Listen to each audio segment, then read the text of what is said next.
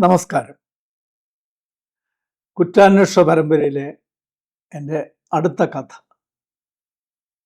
ആരംഭിക്കട്ടെ. വയനാട് ജില്ലയിലെ വൈത്തിരി എന്ന് പറയുന്ന സ്ഥലം.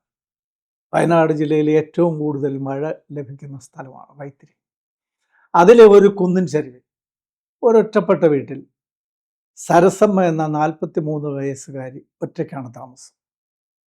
അതിന് കാരണമുണ്ട്. 15 വർഷങ്ങൾക്ക് മുമ്പ് ഇവരുടെ ഭർത്താവ് ഒരു അപകടത്തിൽപ്പെട്ട് മരിച്ചു.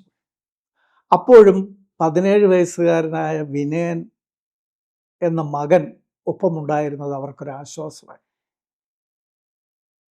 പെട്ടെന്നൊരു ദിവസം ഈ വിനയനെ കാണാതാവും. അന്വേഷിക്കേണ്ട സ്ഥലമല്ല അന്വേഷിച്ചു, കാണാനില്ല. വൈത്തിരി പോലീസ് കേസ് രജിസ്റ്റർ ചെയ്തു. അന്വേഷിക്കാൻ മാക്സിമം അന്വേഷണം നടത്തി. എവിടെ പോയി എന്താണെന്ന് ഒരു വിവരം, ഒരു സൂചനയും കിട്ടിയിട്ടില്ല. പെട്ടെന്ന് കാണാനില്ലാതായി. ഇപ്പൊ 7 വർഷം കൊണ്ട് കാണാതായ മകനെയും കാത്ത് ഈ അമ്മ ഒറ്റയ്ക്ക് കഴിയുകയാണ്. അങ്ങനെയിരിക്കെ ഒരു ദിവസം രാത്രി വാതിലിൽ ഒരു മുട്ട് കേട്ടു. സദാ മകൻ വരുമെന്ന പ്രതീക്ഷയുമായിട്ട് കഴിയുന്ന ഈ സരസമ്മ എന്ന സ്ത്രീ ചെന്ന് വാതിൽ തുറക്കും. വാതിൽ തുറന്നതും അമ്മയെന്ന് വിളിച്ചുകൊണ്ട് ഒരാൾ ഓടി വന്ന് കെട്ടിപ്പുണരും. അമ്മയ്ക്ക് സന്തോഷമായി. 7 വർഷമായിട്ട് കാത്തിരുന്ന മകൻ വന്നിരിക്കുന്നു. ചുംബനങ്ങൾ കൊണ്ട് മൂടി. പക്ഷെ അമ്മയ്ക്കൊരു സംശയം, ഈ ശബ്ദത്തിൽ വല്ല വ്യത്യാസം ഉണ്ടാകും. അതിനൊരു കാരണമുണ്ടായിരുന്നു. ഈ സരസമ്മയ്ക്ക് ഒരു പ്രശ്നമുണ്ട്. വൈകുന്നേരമായ സന്ധ്യയ്ക്ക് നൈറ്റ് ബ്ലൈൻഡ്നെസ് എന്ന് പറഞ്ഞൊരു രോഗമുണ്ട്. ഇരുട്ടായാലും ഒന്നും കാണാൻ പറ്റില്ല സന്ധ്യ കഴിഞ്ഞാൽ. പകല് കുഴപ്പമൊന്നുമില്ല. അതുകൊണ്ട് മകനാണോ എന്തൊക്കെ സംശയം തീർക്കാനും പറ്റുന്നില്ല. പക്ഷെ അവൻ മകനാണെന്നുള്ള ആ ഇതിൽ കെട്ടിപ്പുണർന്നതൊക്കെ അവരും മകനായിരിക്കും. ഇപ്പം എത്ര ദിവസമുള്ള വർഷങ്ങൾ കൊണ്ട് ശബ്ദം മാറിയിട്ടുണ്ടാവണം. അമ്മ, എനിക്ക് നല്ല ക്ഷീണമുണ്ട്. ഇന്നെനിക്ക് മകനെ നീ ഇതിനിടയ്ക്ക് എവിടെ ആയിരുന്നു എന്നുള്ള അമ്മയുടെ ചോദ്യത്തിന് മുമ്പിൽ അവൻ പറഞ്ഞത്, അമ്മ എനിക്ക് നല്ല ക്ഷീണമുണ്ട്, എനിക്കൊന്ന് കുളിച്ചിട്ട് വരണം. ഞാൻ കുളിച്ചിട്ട് വന്ന് അമ്മയുടെ എല്ലാ കഥകളും പറയാം. ശരി മോനെ. മോൻ്റെ മുറി ഞാൻ എന്നും വൃത്തിയാക്കി വെക്കാറുണ്ട്, ഇപ്പോഴും വൃത്തിയാക്കി വെച്ചിട്ടുണ്ട്. വേണ്ടമ്മേ, എനിക്കിന്ന് അവിടെ അല്ല കിടക്കേണ്ടത്, എനിക്കിന്ന് അമ്മയോടൊപ്പമാണ് കിടക്കേണ്ടത്. കഴിഞ്ഞ 7 വർഷത്തെ കഥകൾ എനിക്ക് പറയാനുണ്ട് അമ്മയോട്. അമ്മയ്ക്കും സന്തോഷമായി. അവൻ കുളി കഴിഞ്ഞ് വന്നു. ആഹാരം കഴിച്ചാണല്ലോ എന്ന് പറഞ്ഞ്, ഞാൻ ആഹാരം കഴിച്ചതാണ്. രാത്രി അവരും അമ്മയുടെ കിടക്കയൊക്കെ വിരിച്ചു രാത്രി കിടന്നുറങ്ങിയ. രാവിലെ ആയപ്പോഴാണ് അവർക്കൊരു സംശയം, ഇത് മകനാണോ? മകൻ 7 വർഷം കൊണ്ട് ഇത്രയും മാറ്റം ഉണ്ടാവും? അവൻ്റെ അമ്മയല്ലേ ഞാൻ? എന്തുകൊണ്ട് ഇത് കാണിച്ചു?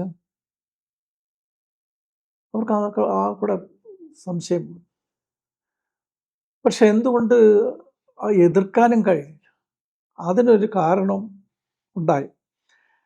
കഴിഞ്ഞ 15 വർഷമായി പുരുഷ സാമീപ്യം എന്തെന്ന് അറിയാതെ കഴിയുന്ന സ്ത്രീയാണ്. ഒരുപക്ഷെ പുരുഷൻ്റെ ആക്രമണം അതിനെ ചെറുക്കാൻ എന്തുകൊണ്ട് അവർക്ക് അറിയാതെ പോയത്? അവരുടെ ആ മനസ്സിൻ്റെ ഇതുകൊണ്ടായിരിക്കണം. അവരത് തടഞ്ഞതൊന്നുമില്ല. പിറ്റേ ദിവസമാണ് അവർക്കൊരു സംശയം, ഇത് മകനല്ല എന്നവർക്ക് ഉറപ്പായി.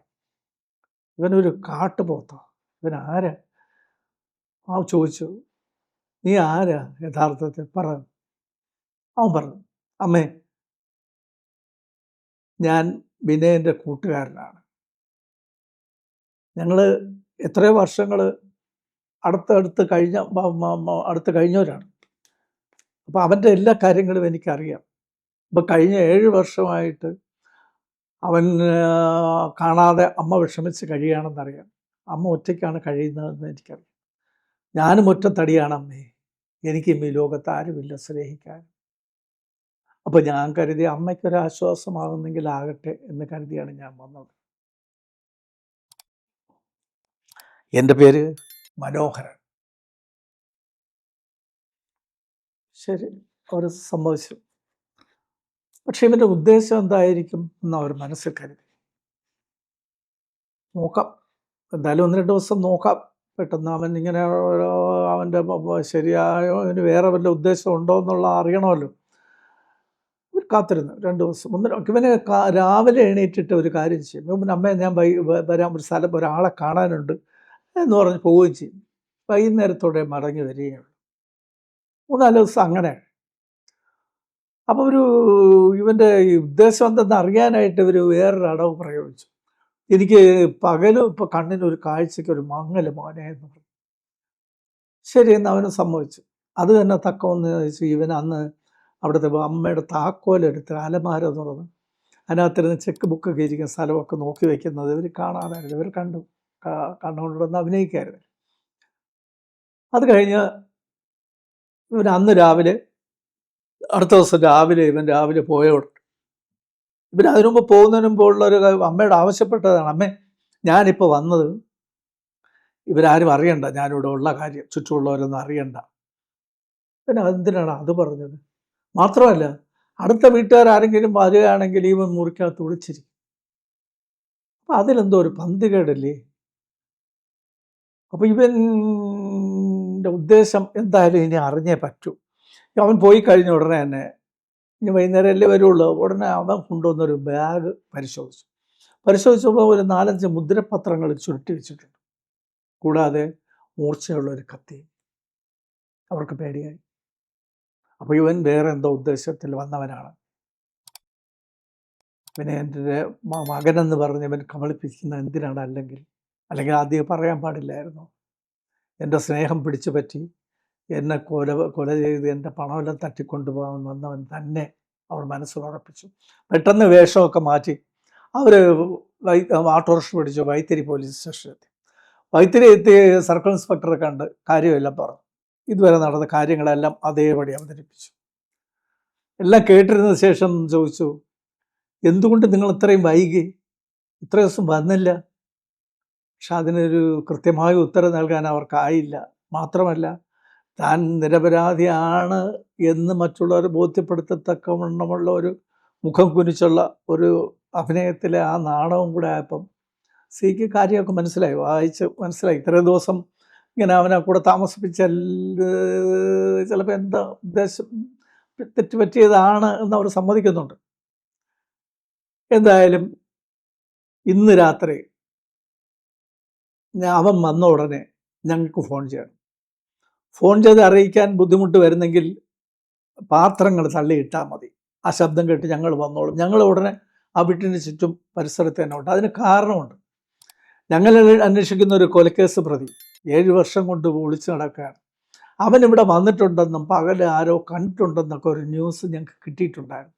ഒരുപക്ഷെ അവനാണെങ്കിൽ അവൻ ഭീകരനായ ഒരു കൊലയാളിയും കൂടെയാണ്. അതുകൊണ്ട് ഞങ്ങൾക്ക് അവനെ പിടിക്കണം. അപ്പോൾ പോയിട്ട് ഇന്ന് അതിനു വേണ്ടിയുള്ള തയ്യാറെടുപ്പുകൾ കിടന്ന് പേടിക്കണ്ട, എന്തു വന്നാലും ഞങ്ങളുണ്ടാവും. ആ വീട്ടിൽ പരിസരത്ത് തന്നെ ഞങ്ങളുണ്ടാവും, സിഗ്നലിൽ നിന്നാൽ മതി. സമ്മതിച്ച് അവർ പോവുകയും ചെയ്തു. അപ്പം പ്രതീക്ഷിച്ച പോലെ രാത്രി ഒരു 8-9 മണി ആയോടുകൂടി ഒരു പാത്രങ്ങൾ വീഴുന്ന ശബ്ദം കേട്ടു. വേഗം ഞങ്ങൾ ഓടി അവിടെ എത്തി. ഞങ്ങൾ ബാക്കിലും ഫ്രണ്ടിലും കവർ ചെയ്തു. ഫ്രണ്ട് നിന്നിട്ട് മൊബൈലിൽ ആ സരസ്വതമ്മയെ വിളിച്ചു. മറുപടിയില്ല. അപ്പോൾ മനസ്സിലായി അപകടമാണ്. ഇനി അമാന്തിച്ചാൽ വൈകിയാൽ അപകടമാണെന്ന് മനസ്സിലാക്കി ഒന്നും നോക്കിയില്ല. ഞങ്ങൾ 2 പേരായിട്ട് ചവിട്ടി വാതിൽ തുറന്നു.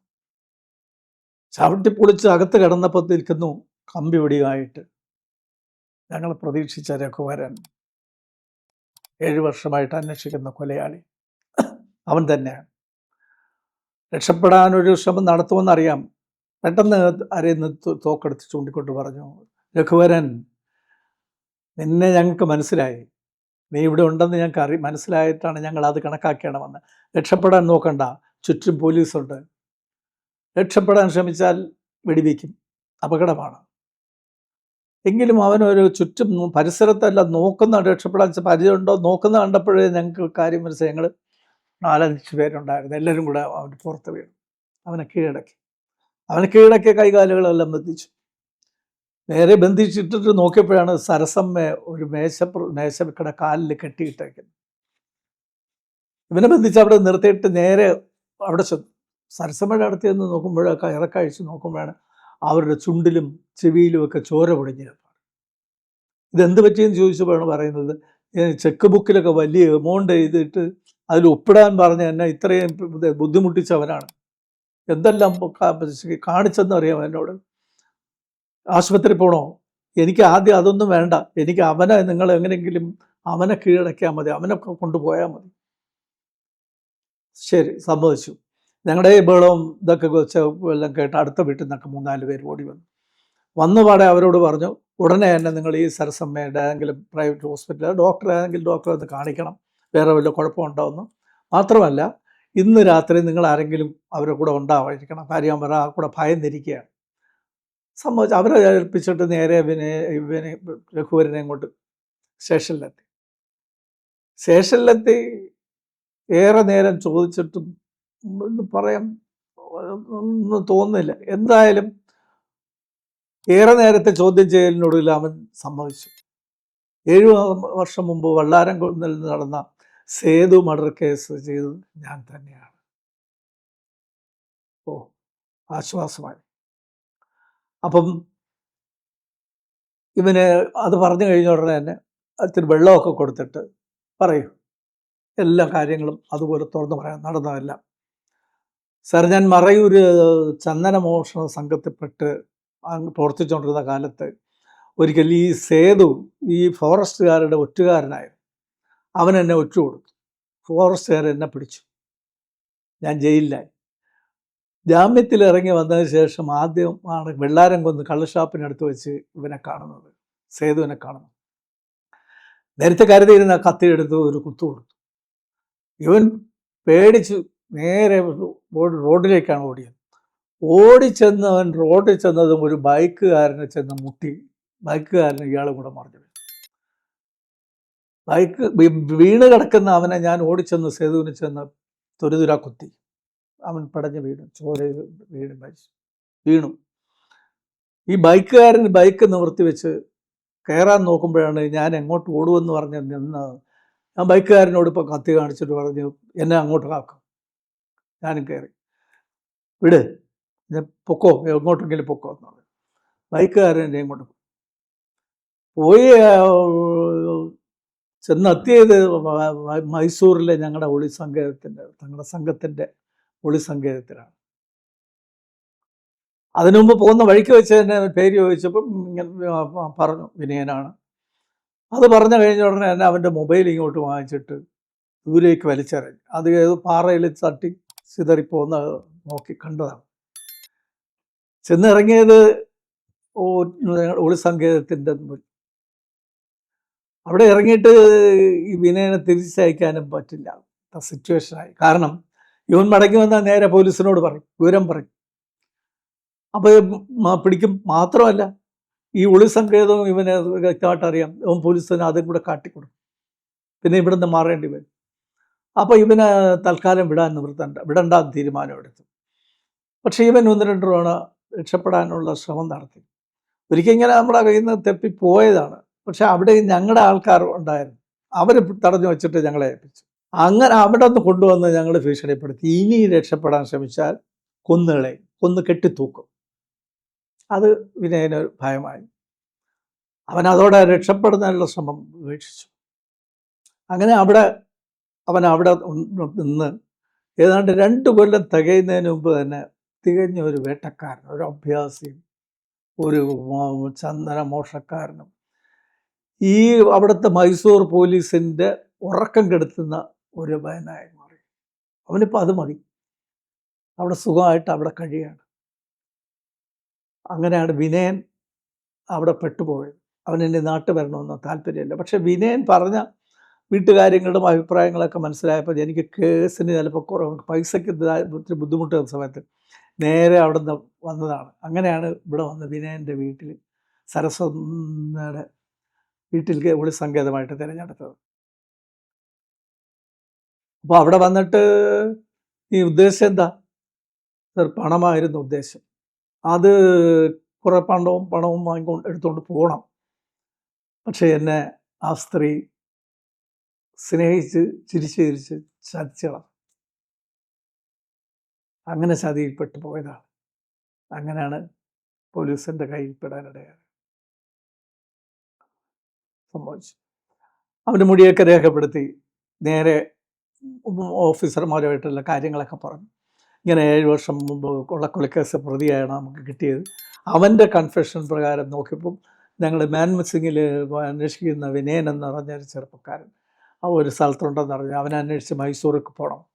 അതിനവർ സമ്മതം നൽകി അനുവാദം തന്നു.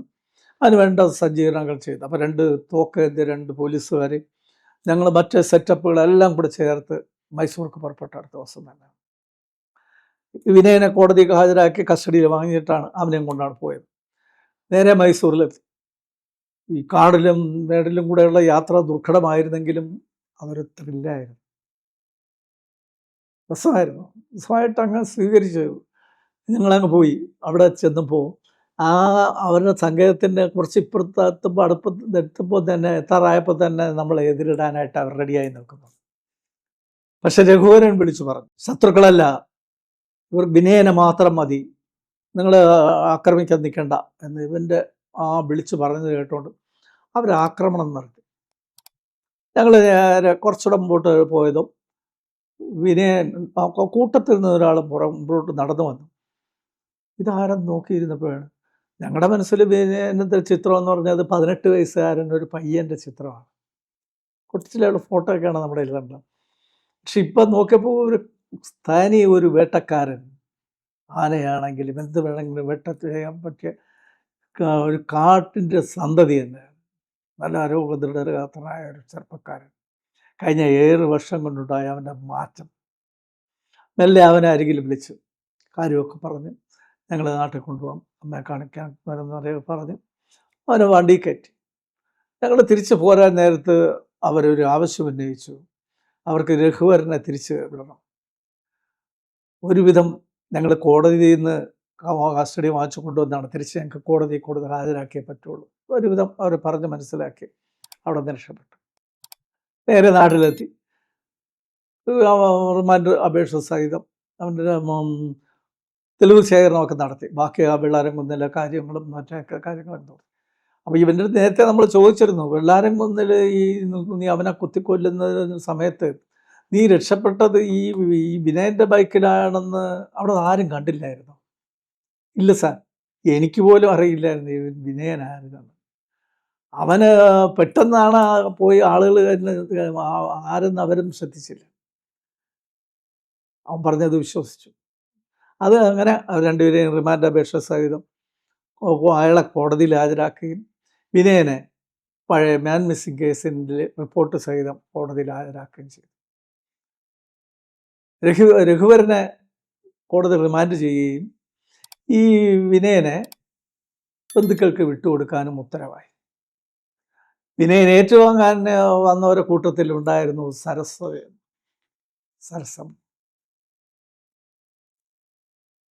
കോടതിയിൽ നിന്ന് ഇറങ്ങി വന്ന മകനെ കണ്ട അമ്മയുടെ മാതൃത്വ സംഗമം അതൊന്ന് കാണേണ്ട രംഗം തന്നെയായിരുന്നു.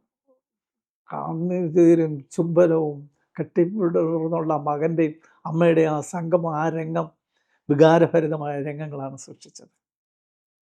മകനെ കെട്ടിപ്പുണർന്നുകൊണ്ട് അവർ നടന്നു വന്നത് ഞങ്ങളുടെ വാനിനരികിലേക്കാണ്. അവിടെ വന്നിട്ട് തൊഴുകൈയോടെ പറ, നന്ദിയുണ്ട്,